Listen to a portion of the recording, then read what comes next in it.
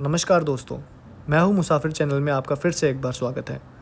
इस वीडियो के अंदर हम आपको पूरी जानकारी देंगे कि दूध सागर कैसे पहुंचा जाए, दूध सागर जाने के लिए आपको क्या क्या चीज़ें चाहिए और आपको पैकेज लेना चाहिए या फिर आप खुद से जाएं। ये सारी जानकारी आपको इस वीडियो में मिलेगी।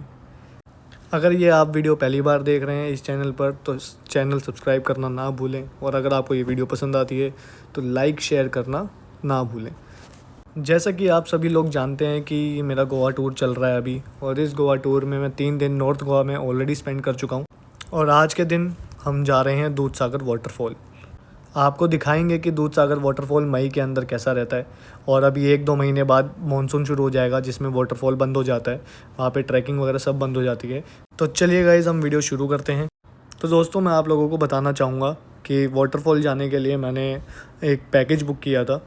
इस पैकेज के अंदर पिकअप, ड्रॉप और जितने भी परमिट्स हैं, टिकट्स हैं, सब इंक्लूड रहता है, और साथ ही साथ आपको एक कॉम्प्लीमेंट्री जगह भी घुमाएंगे जिसका नाम होता है स्पाइस प्लांटेशन, जहाँ पे आपको देखने को मिलता है कि कैसे मसाला उगाए जाते हैं, और वहीं पे हमारा लंच रहता है। और साथ ही साथ हमें एक गाइड भी दिया जाता है जो हमें सारी डिटेल्स प्रोवाइड करता है। तो बेसिकली इसके अंदर हमारी जो जो चीज़ें इंक्लूड होती हैं वो आपको स्क्रीन पे दिखा रहा हूँ मैं। Pickup, drop, jeep safari tickets, permits, life jackets, lunch, spice plantation tour और चेंजिंग रूम जैसी सुविधा भी इसके अंदर ही इंक्लूड है। ये पैकेज मैंने स्टेप टू ट्रैवल कंपनी से बुक कराया है और पर पर्सन की कीमत इसकी 1600 रुपये लगी है। बाकी जानकारी मैं आपको डिस्क्रिप्शन में दे दूँगा। तो गाइस, सबसे पहला जो स्टॉप है हमारा वो है सेंट कैथेड्रल का, जो कि एशिया का सबसे बड़ा चर्च है। ये एक यूनेस्को हेरिटेज साइट भी है। बस वाले ने हमें कॉम्प्लीमेंट्री में सेंट कैथेड्रल चर्च के बाहर रोका है 10 मिनट के लिए। अंदर जाना भी मना है क्योंकि कोई वीआईपी गेस्ट वगैरह आ रहा है।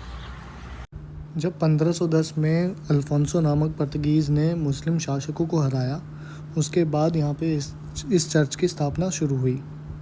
इस चर्च की ऑफिशियली कंस्ट्रक्शन 1562 में शुरू हुई और इसका काम कंप्लीट हुआ 1652 में।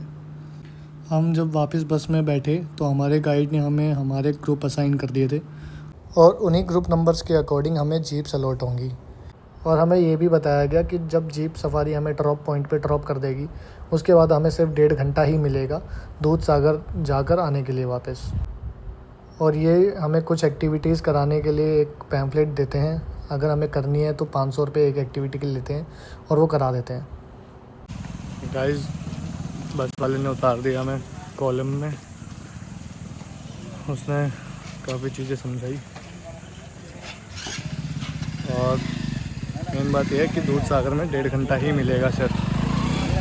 अभी ब्रेकफास्ट करेंगे और ब्रेकफास्ट के लिए हमें आधा घंटा मिला है।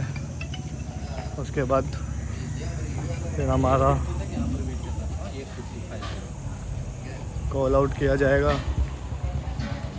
हमें बस नंबर के अकॉर्डिंग, और फिर वहाँ पे हमें फिर ग्रुप असाइन कर दिए हैं।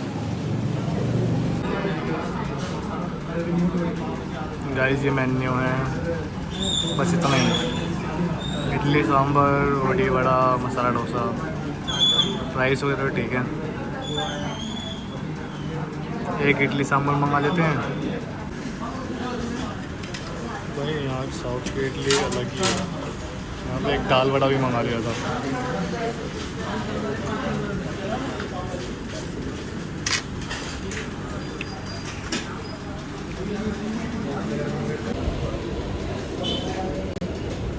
दाल वड़ा ट्राई करके देखते हैं।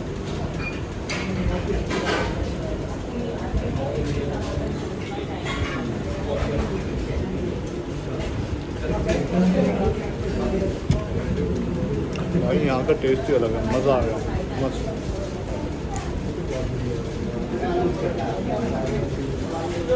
दिल्ली में ऐसा इडली, ऐसा दाल वड़ा नहीं खाया कभी। हरी चटनी भी बड़ी अच्छी है।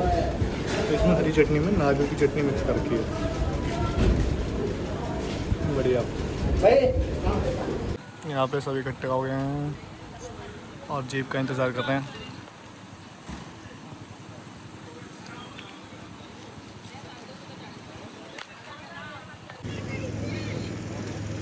Okay, group number 5. Group number 5, jeep number 99. Group number 5. यहाँ से टिकट मिलती है गाइस।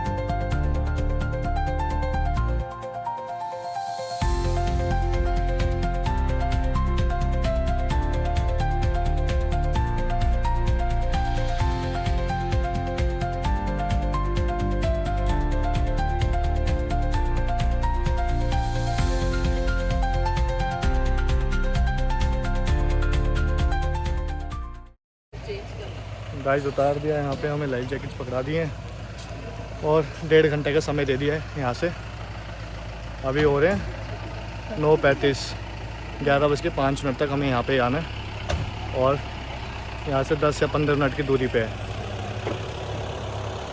आ जाओ गाइस, चलो फिर आपको आगे का दिखाते हैं। यहीं पे हमें जीप मिलेगी, जीप के नंबर हमें नोट कर लेने होते हैं पहले ही और उस हिसाब से फिर उसी जीप में वापसी जाना होता है हमें।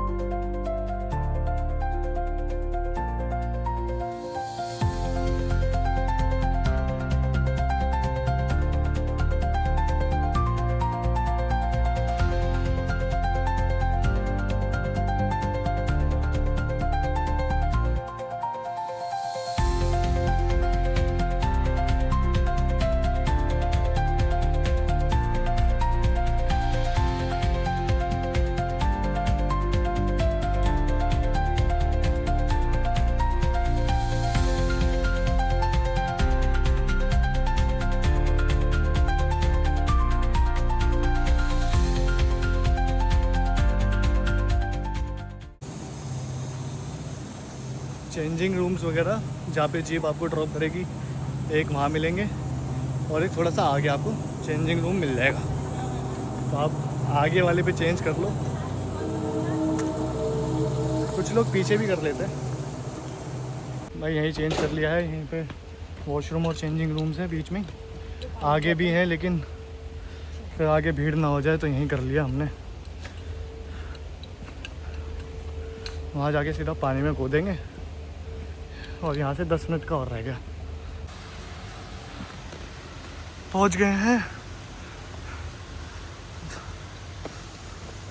दूधसागर वाटरफॉल पे। देखो गाइस कितना पानी कम है अभी, ये सारा फ्रेश वाटर है और वो जहाँ से ट्रेन गुजरती है और जहाँ पे चेन्नई एक्सप्रेस की शूटिंग हुई थी, पानी देखो कितना कम है अभी।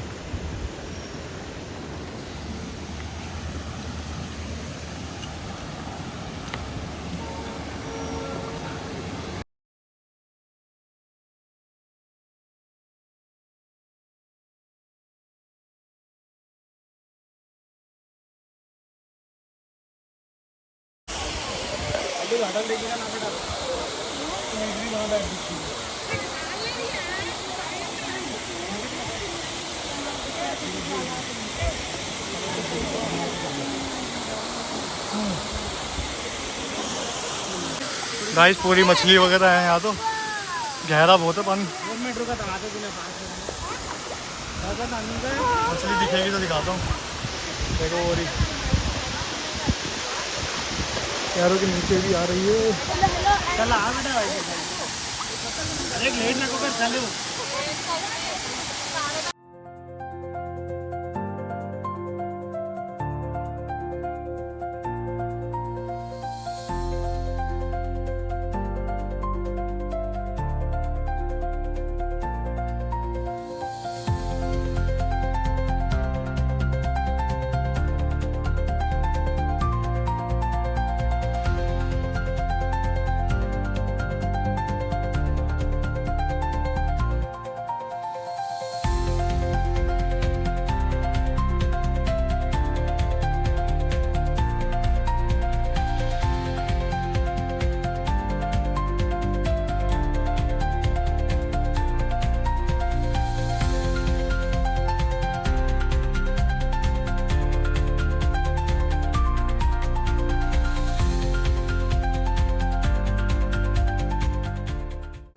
गाइस यार बंदरों से सावधान रहें। यहाँ पे अगर आप खाने पीने की कोई चीज़ बाहर लेके चल रहे हो तो आपसे बंदर छीन लेंगे, तो उनका खास ध्यान रखें।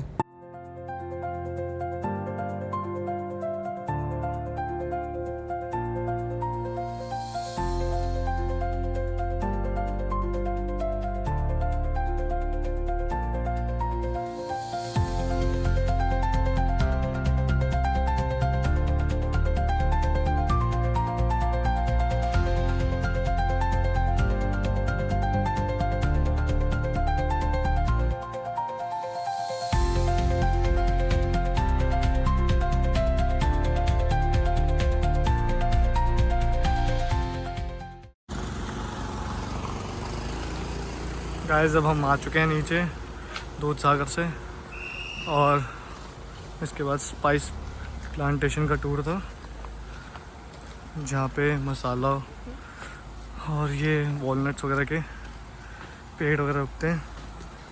यहीं पे हमारा लंच है।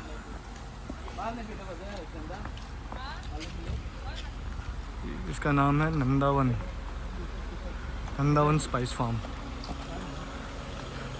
यहाँ पे 1.5 घंटा रहता है लंच करके, और वो अपना स्पाइस फार्म वगैरह घूम के उसके बाद वापस बस में वापसी बैठ के एंड हमें ड्रॉप कर दिया जाएगा। ये देखो भाई फूलों से स्वागत हो रहा है।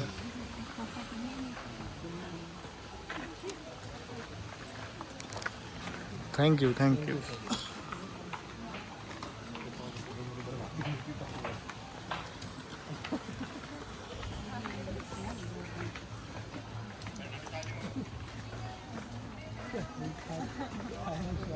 यहाँ पे लंच करेंगे, veg non veg Jain food वगैरह। चाय में शक्कर नहीं है, चाय पत्ती नहीं है, no sugar no tea powder, lemongrass cardamom ginger, lemongrass इलायची अदरक। चाय का क्या फायदा है? खांसी जुकाम है, गला खराब है, उल्टी आ रही है, माइग्रेन हो रहा है, हेडेक, ट्रेवलिंग की वजह से ज़्यादा से होता है, तो उससे राहत आ जाएगा। इतना याद रखना है, थोड़ा गर्म रहेगा, ठीक है, आराम से पीजिए। और चाय के साथ आपके टेबल पे कुछ इन्फॉर्मेशन रखा है, एग्जाम के लिए लेकिन रफली पढ़ लो, थोड़ा आइडिया आ जाएगा स्पाइसेस के मेडिसिनल यूजेस के बारे में। आप लोग ये चाय उसके बाद आपका लंच रहेगा, तो हम लोग बफे लगा रहे हैं, टिपिकल गोवन बफे।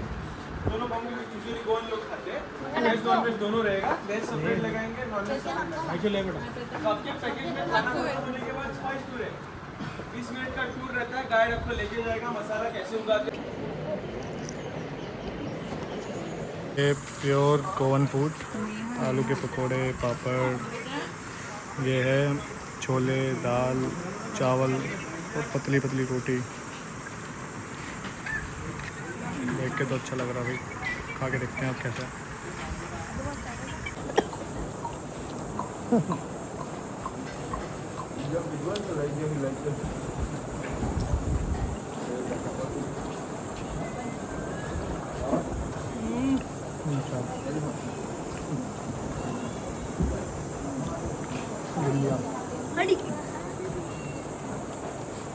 गाइस यहाँ पे एक ड्रिंक मिलती है मीठा, इसका नाम है कोकम।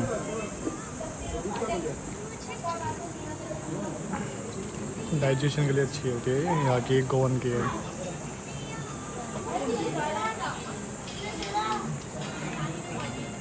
ऐसा लग रहा है मिर्ची है इसमें।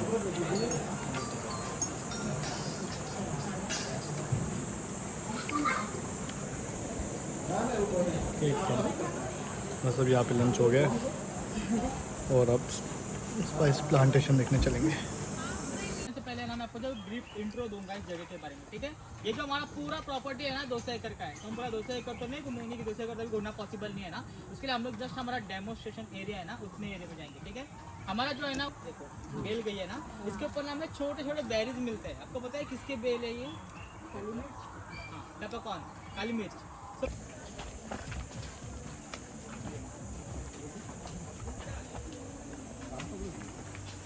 सबको पता है कि एक प्लांट पे कहाँ इलायची ग्रो होती है, पता है आपको कहाँ लगती है? नीचे।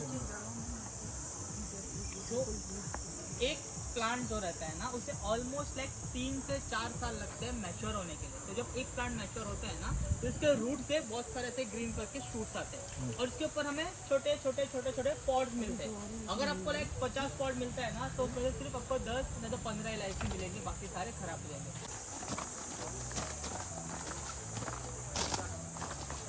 आप सब ने नट्स को खाए रहेंगे, वो जो नट्स जो रहते हैं ना वो इसके अंदर रहते हैं और उसका आउटर शेल जो रहता है ना काफी हार्ड रहता है, तो हम इसको हाथ से तो नहीं कर सकते, तो हम क्या करते हैं सारे नट्स को कलेक्ट करते हैं और उसको फैक्ट्री में बेचते हैं। फैक्ट्री में like different types of roasting होती है, उसके हो जाते हैं सेल के लिए मार्केट में। और एक फ्रूट जो रहता है ना उसके ऊपर हमें एक ही नट मिलता है, उसके लिए कैशू नट जो रहते हैं ना बड़ा एक्सपेंसिव रहते हैं। तो हम क्या करते हैं इसको सेपरेट करने के बाद जो भी फ्रूट्स बचते हैं ना हम सबको कलेक्ट करके एक जगह पे लाके रखते हैं। और ये लाइक गोवा का छोटा सा ट्रेडिशन है, थोड़े लोग गम बूट्स वगैरह पहनते हैं, फ्रूट के ऊपर डांस करते हैं, क्योंकि ये जो फ्रूट जो रहता है ना काफी जूसी रहता है, अगर आप उसको ऐसे दबाओगे ना उससे ऐसे जूस निकलता है, same like a wine process. तो डांस करने के बाद जो भी जूस निकल के आता है ना उसको हम एक बकेट में तो बैरल के अंदर ला के रखते हैं 7 से 8 दिन के लिए फॉर्मेंटेशन के लिए, सड़ाने के लिए। तो जब वो जूस फॉर्मेंट हो जाता है ना, ये है कॉपर का पॉट, उस जूस को हम इस पॉट के अंदर डालते हैं और यहाँ पर आप साइड में छोटे छोटे गैप्स देख सकते हो ना, इस गैप्स को हम लोग सील करने के लिए मिट्टी लेते हैं और उसका क्ले बना के इसको सील कर देते हैं। उसके बाद हम यहाँ पर नीचे आग लगाते हैं। यहाँ पर आग लगाने से क्या होता है, यहाँ पर टेम्परेचर राइज होता है और इवोपरेशन स्टार्ट होता है। वो जो गर्म भाप जो रहते हैं ना, गर्म स्टीम जो रहते हैं ना, ड्रॉप बाय ड्रॉप इस पाइप से आती है और यहाँ पर हम लोग यहाँ तक ठंडा पानी डालते हैं। तो जब वो गर्म स्टीम यहाँ पहुंचती है ना, वो ठंडे पानी के वजह से कंडेंस होके कूल डाउन होके ड्रॉप बाय ड्रॉप उस पॉट में वहाँ पे नीचे गिरता है। पहला डिस्टिल जो हमें मिलता है उसे हम कहते हैं हुर्राक। आप लोगों ने सुना है हुर्राक के बारे में?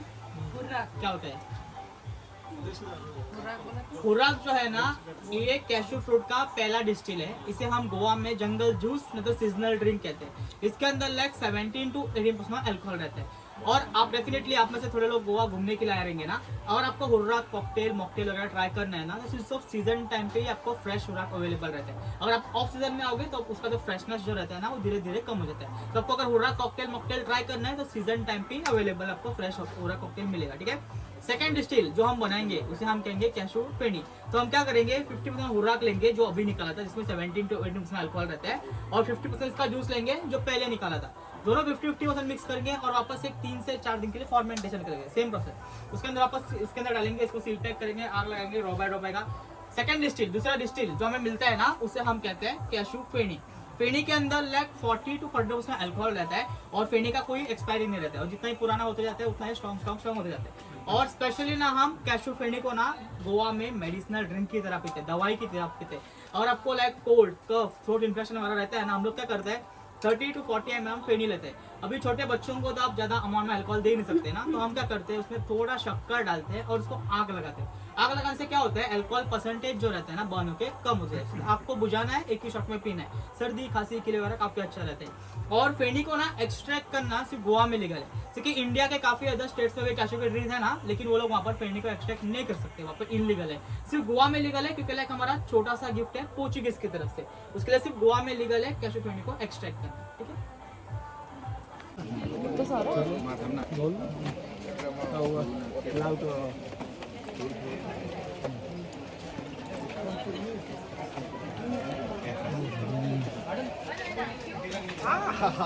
यहाँ का ट्रेडिशन है कि शावर लेना होता है स्पाइसेस प्लांटेशन का टूर करने के बाद, लेकिन कह रहे वो तो पॉसिबल नहीं है। लेकिन इन्होंने कोई एक पानी बनाया होता है और उसको स्पाइन में डालते तो बहुत ठंडा लगता है, तो वही पानी यूज़ किया अभी।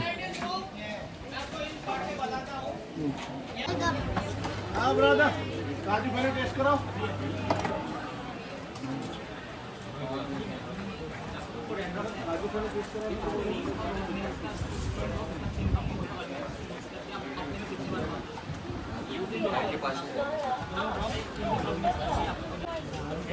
गाइस फैनी ट्राई करते हैं, जिसका था बेसब्री से इंतज़ार। चीयर्स।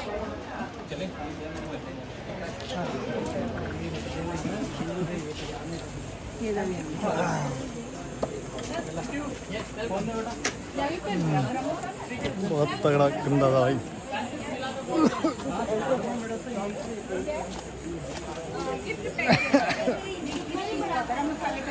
पानी पीना पड़ेगा बहुत तेज, उसके बाद गला चल गया पूरा। क्या था ये? चल अब चलते हैं भाई, सीधा बस में बैठ के, बस पानी की बोतल ही बस में छुड़ाया मैं, बस में जाके पानी पीता हूँ बस। गाइज़ हमें बस ने ड्रॉप कर दिया हमारे होटल पे, थोड़ा सा आराम करके अब हम निकल चुके हैं अपनी नेक्स्ट डेस्टिनेशन पे, जो कि है बागा बीच। बागा बीच पे पहुंचने के बाद हमने यहाँ पे पूरी शाम यहाँ पे स्टे किया और यहाँ पे एंजॉय किया। गाइज़ अब आपसे मिलते हैं नेक्स्ट वीडियो में।